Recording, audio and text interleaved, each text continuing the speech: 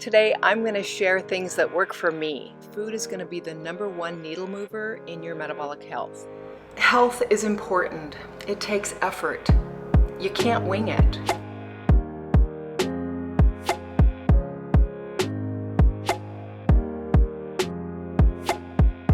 I know you're here because you're searching for easier ways to maintain your weight, easier ways to lose fat, easier ways to make your diet work for you, and I know that you're struggling. Today, I'm going to share things that work for me. I'm Connie Rutledge. I'm almost 64 years old. I weigh about 127. I'm 5'6". I've struggled after menopause. Actually, I've struggled with my weight since my early teens. And you know what? I know what it feels like to be uncomfortable in my body. That said, I've worked hard to find ways to make it work for me. Am I perfect? No. Today I'm going to share what I eat. I had a viewer ask if I would share a few days of my diet, and I'm happy to do that. That doesn't mean it's going to work for you. That said, eating whole foods, eating low carb, eating high protein, and quality fats, getting your exercise, getting your sleep, taking the right supplements, that's a recipe for success. Most of us know what to eat. We get bored, we get distracted, we get disillusioned, and we just kind of give up sometimes. I get it, but I want to encourage you to stay the course. Appreciate that food is going to be the #1 needle mover in your metabolic health. They say you can't exercise your way out of a poor diet. I'll agree 100%. So let's just take a breath, appreciate that, you know what, you're not where you want to be, or maybe you are, but you know what, you're going to have to keep working at it. And I'm here to share things that work for me, and then I'll share things that are that someone thought that was working for them and why that doesn't work. So there's lots of tricks and tips and ways to learn how to do better. So let's begin with a common mistake. I was working with a client this week. She was very careful with her carbohydrate grams. She was great with her fat grams and her protein grams, and she wasn't really feeling successful. She was feeling some bloat. She was feeling like she was, on paper, things looked good. Well, we got granular. It's like, all right, what exactly are you eating? Well, that first meal, she was eating like a breakfast burrito. She was eating a low-carb tortilla most days. So I got to thinking, okay, maybe she has issues with gluten. And that wasn't the case. She was having some bloat and tummy troubles. And with her macronutrients being in line, you know what? She didn't understand. That processed low-carb tortilla, yeah, it's a problem. That low-carb tortilla has a lot of calories. That's a lot of fuel, but they call it low carb. I know we're not too worried about calories, and many times you're under eating as far as calories go, but when you look at a daily kind of stack of processed carbohydrates by way of a low carb tortilla, it doesn't work. Why doesn't it work? That low carb tortilla has things that are added that are not real food. It can still spike blood sugar. She hadn't checked her glucose meter, and I encouraged her to do that, but I also just encouraged her to avoid the highly processed tortilla altogether. This low carb food has modified wheat starch. What the heck is that? Typically, if you're having trouble with fat loss and you're maybe a little inflamed, this processed food that contains modified wheat starch will cause further inflammation. There's also seed oils, lots and lots of kind of really yucky things in that seemingly harmless low-carb tortilla. There's also pesticides. So all of that kind of tees up a lot of inflammation, even though it seems harmless and low carb. And you know what? It's just one tortilla. But day in and day out, that's not going to work. Those added fibers and sugars that they call fiber, and they give you the false sense that you don't need to count it because you only look at the net carbs. I'm not buying it. It doesn't work that way. That causes a blood sugar spike and inflammation. So please, if you want a tortilla type meal, you can do like an egg white tortilla that doesn't have a bunch of starch in it. You can do something like a Siete brand. There's the almond flour, there's the chickpea flour. I don't recommend cassava, but those are possibilities that might work a little bit. There's also a coconut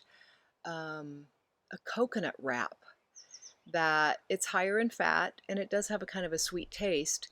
But you know what? Avoid the tortilla altogether, especially if you're not successful at fat loss and if you're having some bloat and digestive distress. That's something that's easy. Wipe out the processed food for 2 weeks and see what happens. Okay, let's kind of talk about what I do on a daily basis.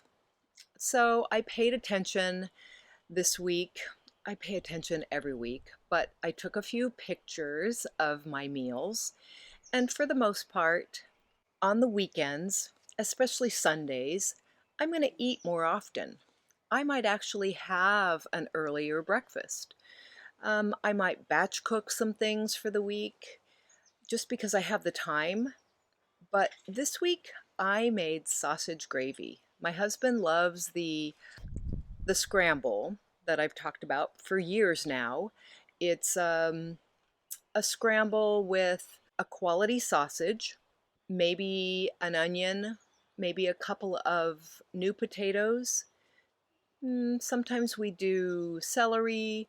Sometimes I put mushrooms and spinach, and I saute all that up in a big cast iron pan, and then I'll scramble eggs on the side, and I'll portion that into his daily portion for the week.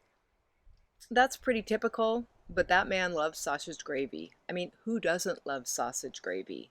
So Sunday, I had an extra pound of really good quality sausage, and I sauteed that up in a cast iron pan, added about 3 tablespoons of organic flour, the real flour. I think it's einkorn organic, which is an ancient wheat, because I'm not gluten sensitive. I don't eat a lot of gluten just because it's always processed, but made and added heavy cream. No, I added whole milk. So organic whole milk, amazing sauteed sausage with all the fat, a little bit of flour for thickening, and I made this beautiful gravy. And then I did 3 eggs sunny side up, and I had about, maybe a third of a cup, maybe a half a cup of gravy poured over those really runny yolk eggs. Heavenly. So that was my first meal of the day. And then I think it was about 3 hours later, midday. I wasn't all that hungry, but I did want to eat. So I pulled out one of those frozen Noble protein cups from that I put in my Ninja Creamy, and I had ice cream for lunch. That's amazing because it has about 42 grams of protein.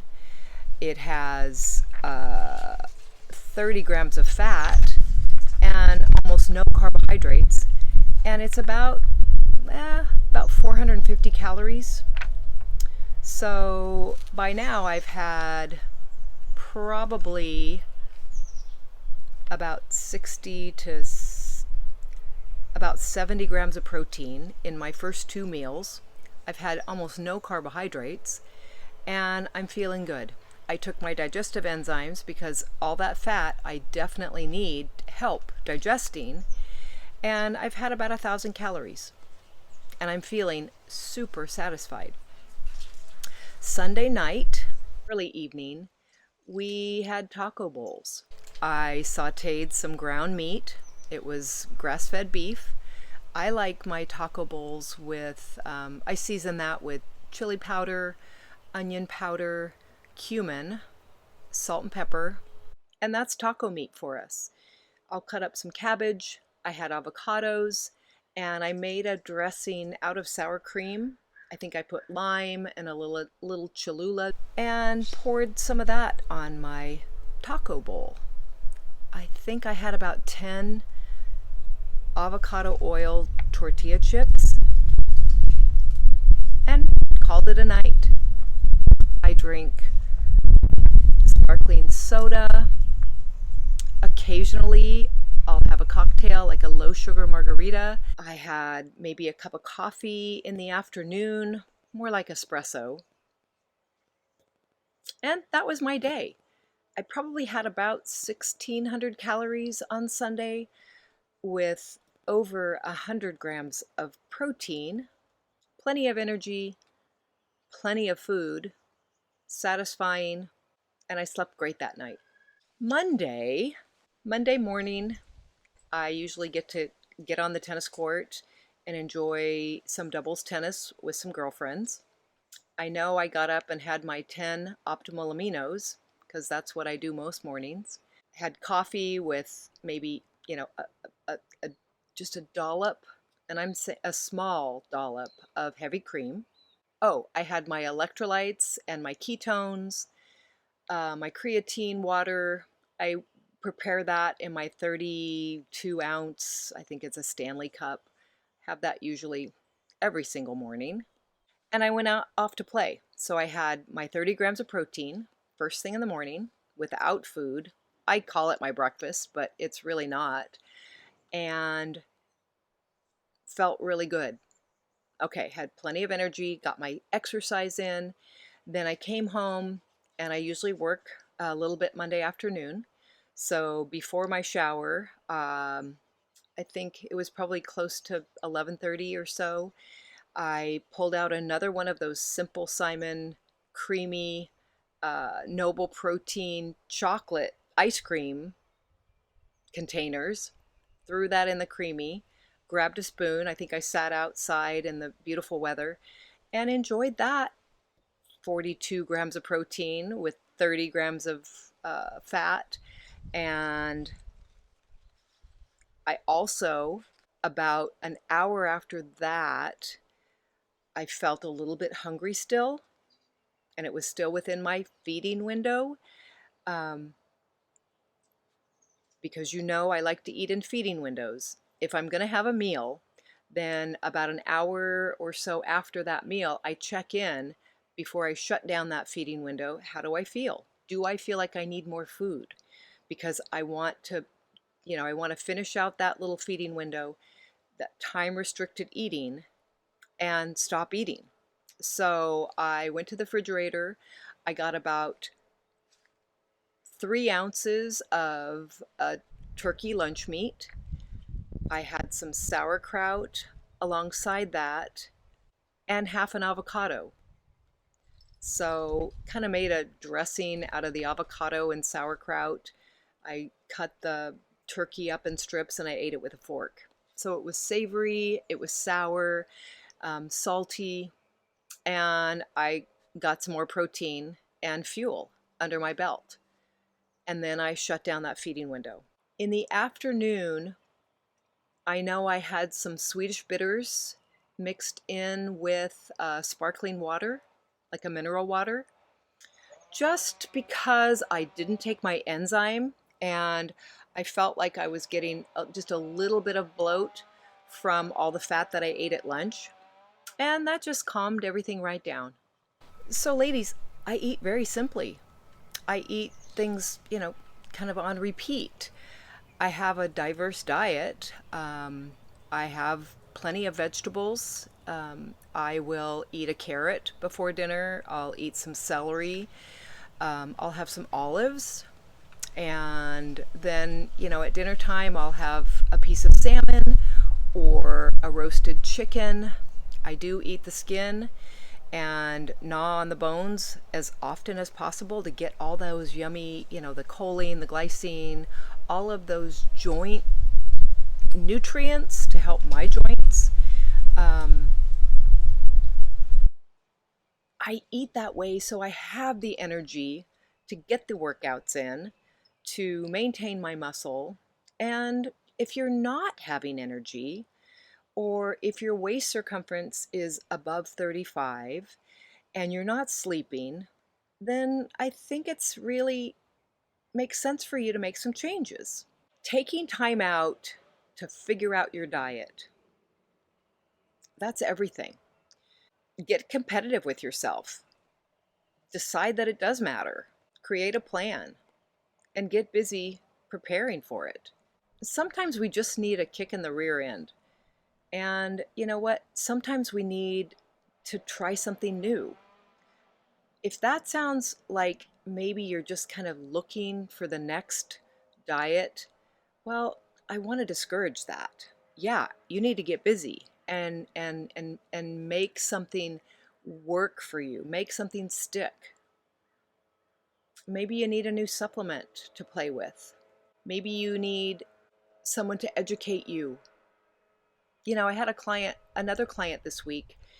She was doing great, is doing great. She's excited. She's being patient. I think after 4 weeks, she's down 6 pounds. Feeling good, but maybe just a little bit anxious for the next 6 pounds to go away. Who isn't, right? And she was commenting that I'm having trouble getting all my protein in. So I'm like, let's dive in and see what's happening. Well, she was eating her 2 to 3 meals, but if she felt like she wasn't getting all of her protein in, or felt like she couldn't eat enough protein at one sitting to to tick the box of getting her protein grams in, she would throw in maybe a little snack a couple times in the afternoon and count that as her protein. Well, that's not going to work because it's going to then elicit an insulin response. And she's definitely not wanting to increase insulin. With metabolic resistance, we want to eat and eat enough and then stop eating for allowing the body to process. And that's really important. She knew that, but she didn't really equate it in how she was feeding herself.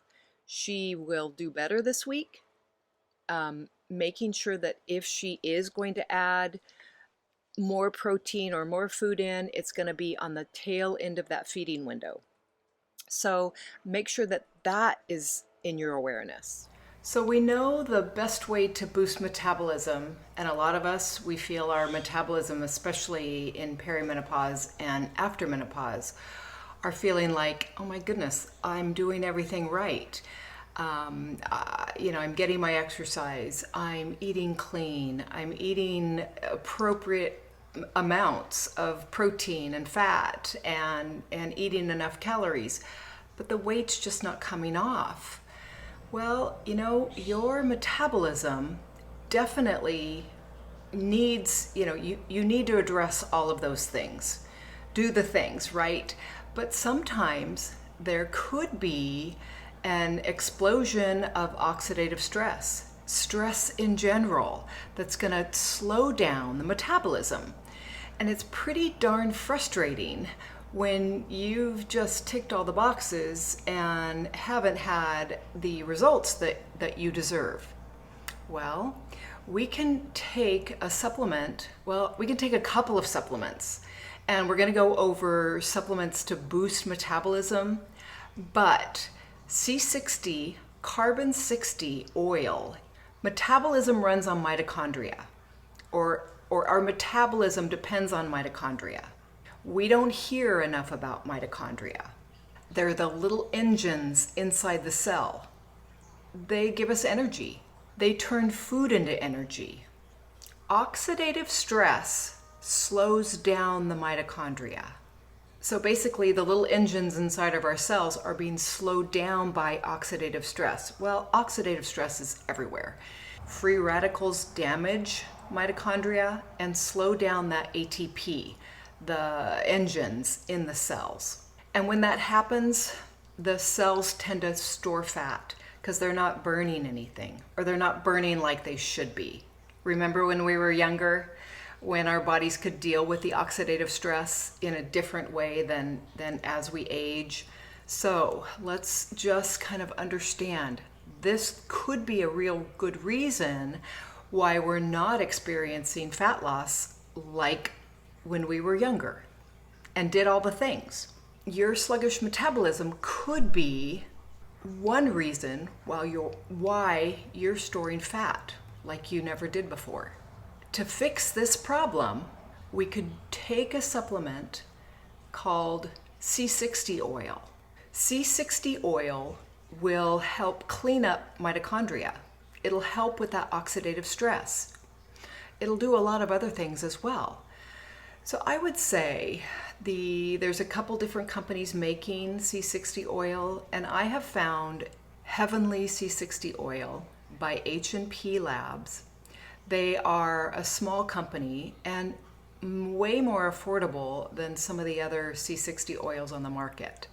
I looked and looked and looked, thinking, okay, this is a great supplement. It's worth a try. I want my clients using it. I want to use it.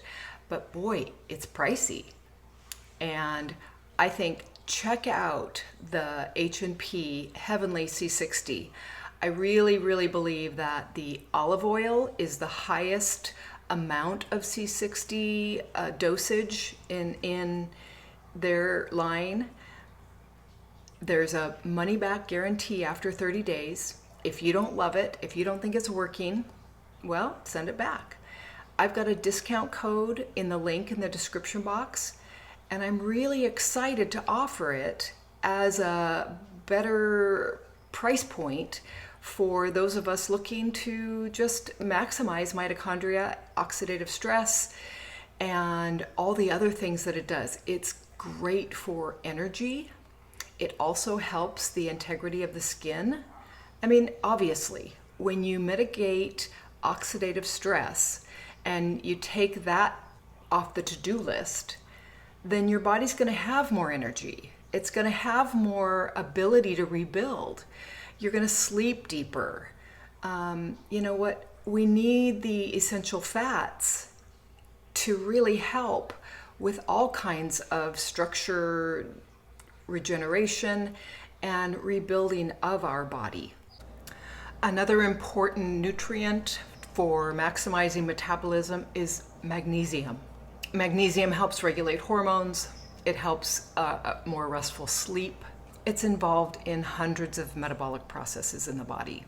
So if you're not taking magnesium, you might consider Magnesium Breakthrough by Bioptimizers. Again, there are, hundreds of magnesium supplements out there. I love Magnesium Breakthrough because it has so many different types of magnesium. Again, there's a discount code in the description box, so check that out. It's what I use. Also, to maximize metabolism, we want to make sure our vitamin D level is as high as we can possibly get it, obviously within range. So you want to be taking a really good quality vitamin D. You want to be getting outside and getting the morning sun. Your circadian rhythm depends on that. Your metabolism, hopefully you're going to be walking or hiking or moving in the early morning sun, because that's a really wonderful way to stoke the metabolism, to help with cellular cleanup and, all the things. Creatine is a great way to, get your metabolism moving. Helps with muscle mass, energy, and brain fog. There's a lot there, but those are 4 really, important supplements that you might want to just try if you haven't been successful in metabolic improvement. All right, so those are fun things that you might not know. Eat well, fast well, get your workouts in, get your movement on, have a positive attitude. There's a lot here, and make some notes, re-listen to it, share it with a friend. Your healing depends on your cellular membrane integrity. You need to eat healthy foods to rebuild and to keep that function, because it's likely all of these years of doing what we did has put us in a deficit. So we need to rebuild, and we're capable of rebuilding. We can rebuild.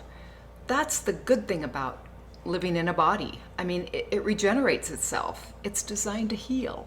Health is important. It takes effort. You can't wing it. I want to motivate you. I want you to feel amazing in your body. And that takes action on your part. So figure out a plan, figure out you're worth it, and do the thing. All right, I'll see you next time. Thanks for watching. Bye-bye.